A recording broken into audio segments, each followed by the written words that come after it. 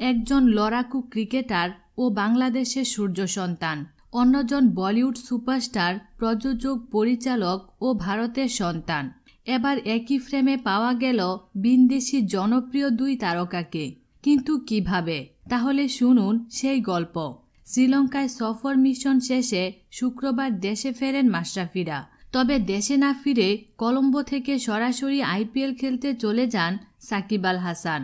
গেল কয়েক আসরের মতো এবারও কলকাতার নাইট রাইডার্সের হয়ে খেলবেন তিনি। ওই দিন রাতেই গুজরাট লায়ন্সের সঙ্গে ম্যাচ ছিল কলকাতার। সেই ম্যাচে 10 উইকেটের বিশাল জয় পায় কলকাতা।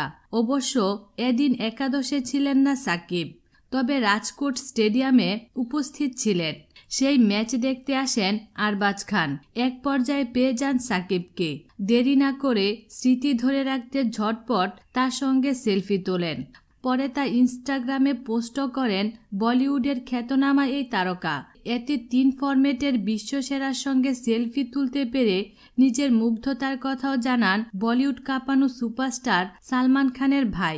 ইনস্টাগ্রামে আরবাজ লিখেছেন, Shakib Al Hasan champion player, number 1 allrounder, KKR team player.